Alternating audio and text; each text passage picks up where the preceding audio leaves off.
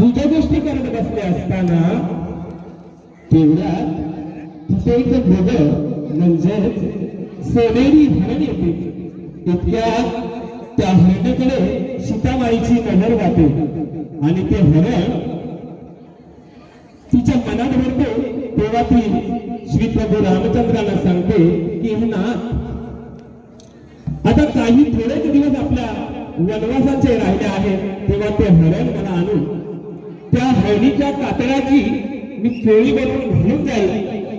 तेव्हा राम त्या हरणीच्या पाठी जातात, परंतु ते हरण मायावी असते. ते रामाना गाठत नाही. ते पळत पळत दूर ते हरण रामाच्या आवाजात लक्ष्मण धाव लक्ष्मण धाव असा आवाज देते. हे शब्द सीतेच्या कानी पडतात व ती लक्ष्मणाला रामाच्या रक्षणासाठी पाठवते.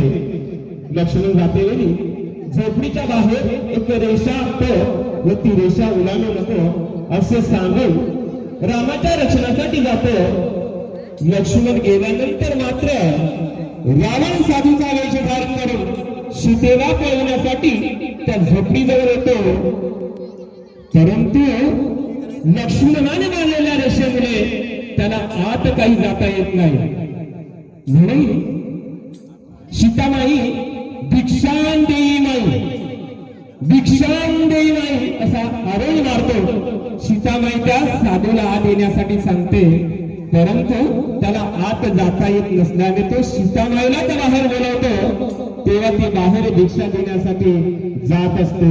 तेव्हा सर्व देव सीतेला सांगतात, तुझा हा देह अग्नी अर्पण कर व सावली रूपात रावणाबरोबर जा. तेव्हा ती तिचा देह अग्नीला अर्पण करून सावली रूपात भिक्षा वाढायला जाते.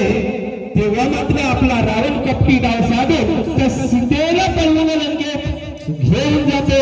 अशी या कथेचं मर्म या ठिकाणी हा दशभुज रावण सीतेला हेन करून या ठिकाणी घेऊन जातो आणि घेऊन जातो.